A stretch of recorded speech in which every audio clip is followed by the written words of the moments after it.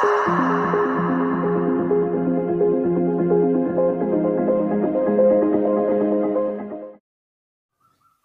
assalamualaikum warahmatullahi wabarakatuh. Apa kabar teman-teman semuanya? Saya harap semuanya baik-baik saja.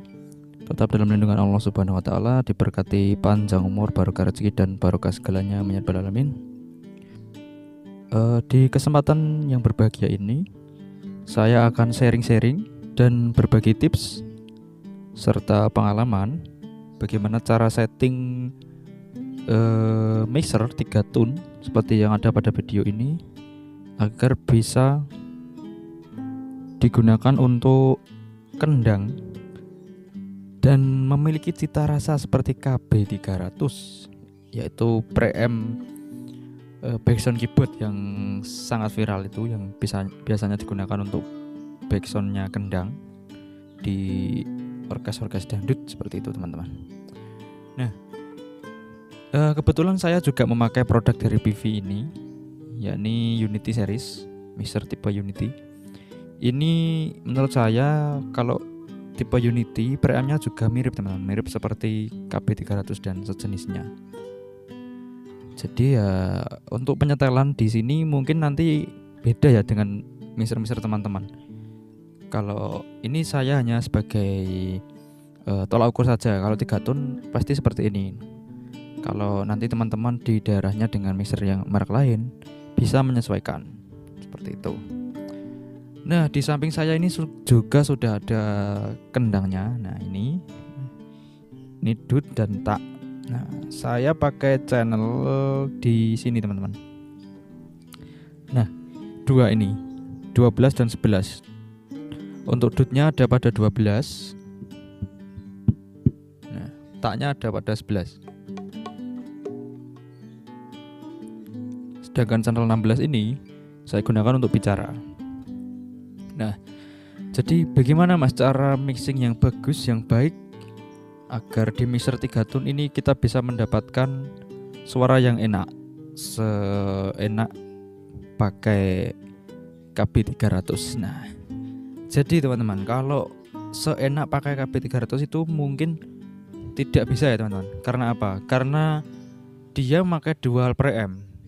Kendang masuk ke KB300 itu sudah ditune, sudah jadi terus output dari KB300 masuk ke mixer. Suara yang jadi tadi diolah lagi, dipoles lagi, otomatis suaranya akan tambah lebih mantap. Kalau ini saya praktekkan hanya pakai mixer saja. Nah, jadi untuk mixer 3 tone seperti ini, teman-teman. 3 tone itu adalah mixer yang punya tone equalizer cuma 3, yang merah ini knob. Ya, ini high, mid, dan low. Di mixer ini perpotongannya sangat banyak, teman-teman. Jadi semisal kita naikkan low sedikit saja, maka nada low dan low mid dan nada dut itu akan terangkat. Semisal kita naikkan mid, maka tidak hanya mid saja yang terangkat, tapi mid low dan mid high juga terangkat. Makanya mixer ini bandwidthnya lebar, tidak runcing seperti mixer yang tone-nya besar, tone-nya banyak. Jadi dan kebetulan mixer ini dibuka sedikit saja juga sudah mantap, teman-teman, untuk tone-nya. Untuk misal high-nya dibuka sedikit dia sudah kerasa, dan low-nya juga seperti itu, dibuka sedikit sudah kerasa. Jadi langkah-langkah yang disiapkan apa aja, Mas? Nah, pertama kita benderkan sumbernya, kita betulkan sumbernya, terutama sumber dari kendangnya. Kalau kendang itu ya kan dominan dut dan tak. Kendang dangdut maksud saya, bukan kendang jaipong dan lain-lain loh ya. Kendang dut itu ada yang kulitnya tipis, ada yang kulitnya tebal, ada yang diameternya 21, 22, 20 dan 19 diameter lingkaran dutnya. Itu juga mempengaruhi kualitas hasil suaranya, teman-teman. Jadi kalau kendang semakin besar itu otomatis semakin clear. Tapi tidak menutup kemungkinan kalau selain clear dia juga suara kasarnya juga terangkat karena besar. Ibarat kalau kecil dia disentuh sudah clear, tapi suara kasarnya dia tidak keluar. Tapi kalau besar, suara-suara kasar seperti suara kulit dia juga ikut terangkat. Maka alangkah lebih baiknya kita perbaiki sumbernya dulu. Jadi sebelum mixing kita cek dulu, kita dekati musisi, tanya dulu, coba Mas sampean mainkan kendangnya dulu, dutnya seberapa. Itu untuk mengetahui kita harus mengukur sumbernya dulu. Tanpa mengukur kita mengangan-angan saja, nanti biasanya tidak sesuai dengan apa yang diinginkan oleh musisi, teman-teman. Jadi kita ukur dulu, kita cek dulu kulitnya. Kalau kulitnya itu kendur, terlalu kendur, maka nanti di suara juga akan meluber-luber, akan bler. Jadi tidak duk enggak seperti itu, tapi malah wer seperti jidor itu ya. Nah, itu juga tidak bagus. Dan sebaliknya, terlalu kencang, kulitnya juga tidak bagus. Nanti apa? Nanti akan timbul nguk feedback. Karena dia tidak masuk ke ranah low tapi ke ranah mid, maka mid akan kembali ke speaker dan suara speaker akan kembali ke kulitnya, maka akan terjadilah feedback. Akan nguk. Nah, itu harus dikurangi sedikit. Tapi jangan kita asal nyelonong mengurangi saja. Kita harus kasih tahu ke musisi dan saling koordinasi agar bisa tercipta enak lah. Pokoknya saling koordinasi dengan musisi. Seperti itu. Dan setelah diperbaiki sumbernya, kita tentukan mic-nya. Tentu saja penentuan mic juga mempengaruhi, teman-teman. Jadi merek A, B, C, D, E, F, G itu juga sangat mempengaruhi. Semisal teman-teman pakai DUT dengan mic sembarangan, maka nanti biasanya respon mic yang sembarangan itu tidak sampai ke ranah DUT. Dia hanya ranah ke mid low dan high dan mid. Jadi low-nya biasanya kurang dan suara cenderung atos. Itu juga ada. Terus ada mic-nya juga yang terlalu geber, terlalu respon low dan mid high-nya nggak ada. Alhasil suara kulit tidak masuk ke mixer, itu juga ada. Jadi pemilihan mic juga mempengaruhi. Selanjutnya setelah dipilih mic dan disiapkan, tentunya jarak pengendang dengan set fill itu mempengaruhi juga, teman-teman. Jadi sebisa mungkin ya, kalau saya ini terserah nih, kalau teman-teman, kalau saya itu menaruh pengendang, saya pastikan dia dekat dengan set fill. Karena apa? Biar ringan, teman-teman. Jadi untuk dut itu sebenarnya ya, kalau dia dibalikkan ke set fill dibuka sedikit lebih banyak, maka suara akan kembali lagi ke dut. Ibaratnya memanfaatkan feedback dari sub set fill untuk dut agar dutnya lebih bertenaga. Itu juga mempengaruhi loh, teman-teman. Jadi kalau teman-teman pemain musisinya kendangnya jauh dari sumber suara seperti sound side fill, maka nanti terkesan kendangnya akan kurang gain terus dan kurang mas tambahin mas gainnya, volumenya tambahin lah. Alhasil sebenarnya sudah banyak gainnya, tapi mereka juga ingin tambah terus karena dirasa kurang bertenaga. Karena apa? Karena jauh dari set fill. Maka sebisa mungkin sedekat dengan set fill. Apakah tidak feedback, mas? Nah, feedback tidaknya set fill itu tergantung kita membuka AUX-nya. Kalau semisal AUX kendang di 12 ini kita buka terlalu banyak, maka kendangnya juga akan feedback. Jadi kita membuka kendangnya secukupnya saja. Yang penting musisi kendangnya itu sudah terasa ringan dan enak di dekat set fill, seperti itu, teman-teman. Oke, guys, pokoknya seperti itu untuk tipsnya. Sekarang kita lanjut ke proses mixingnya, teman-teman. Kita mulai dari dut dulu. Ini saya shoot ke dutnya. Ini dengan dut diameter 21 kalau nggak 22, teman-teman, besar.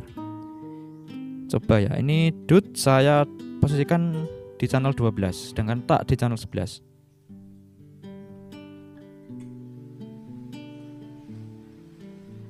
Kita siapkan dulu untuk tone-nya. Kita coba diangkat dari standar flat. Flat ada pada jam 12, teman-teman, jangan salah. Kita angkat dutnya.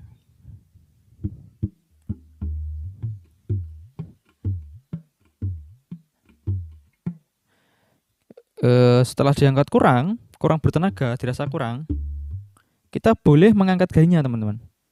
Untuk apa gain, mas? Untuk mengeraskan? Bukan, tapi untuk menguatkan sinyal.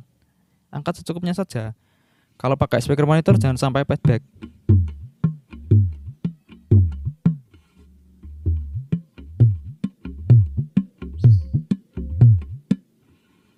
Oke, setelah diangkat kita cari tune-nya, teman-teman.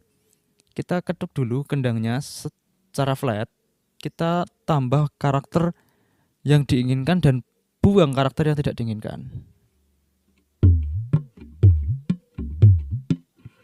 Kalau karakter ini sumbernya sudah bagus, cuman saya rasa kurang low sedikit dan terlalu banyak high. Nah, kita coba ubah teman-teman, low sedikit saja. Jam 2 cukup, hignya potong sampai jam 11 cukup. Kita coba lagi.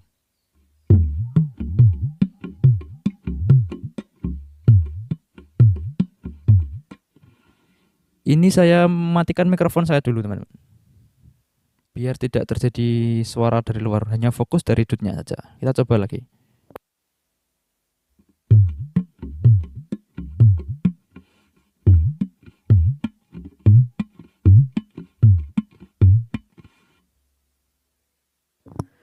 Kalau kurang tuk mas, kurang tuk kita bisa nambahin mid teman-teman. Jangan salah mid hanya untuk memotong. Kalau untuk 3 tone, mid ini bisa menambah tuk teman-teman. Kita tambah mid, kita tambah low sedikit lagi. Oke, kita coba langsung ya.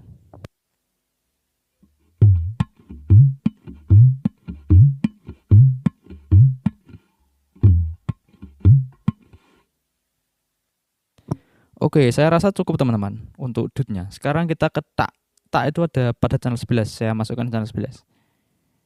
Kita cari suara flatnya dulu.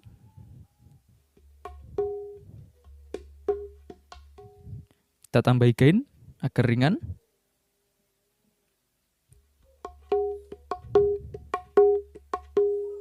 Kurang sedikit.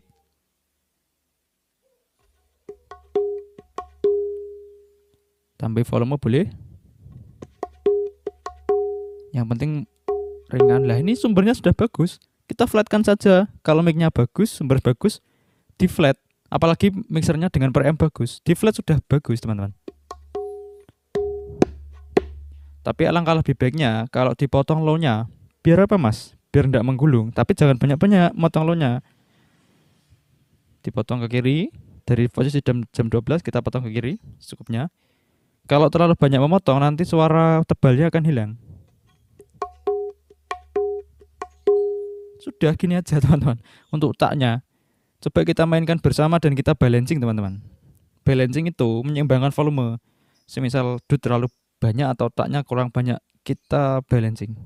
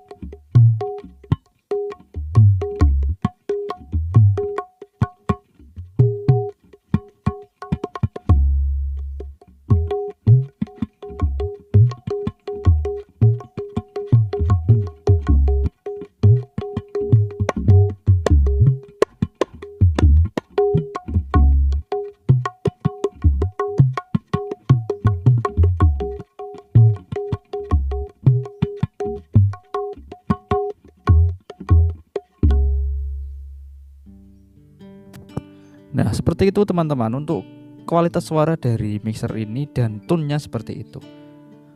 Nah, ini bisa teman-teman praktikkan ya teman-teman. Untuk mixer lain, saya rasa mirip-mirip, settingannya sama mungkin. Cuma nanti karakter dari output mixernya tidak sama. Ini saya pakai merek PV, ini sudah. Alhamdulillah ini mixer idaman banyak orang sebenarnya. Cuman jadi simpenan aja. Jadi untuk tone-nya sangat-sangat bagus teman-teman untuk PV ini, khususnya untuk kendang, takdut dan lain-lain. Pokoknya bagus. Saya rasa saya berani bicara bagus. Terima kasih teman-teman.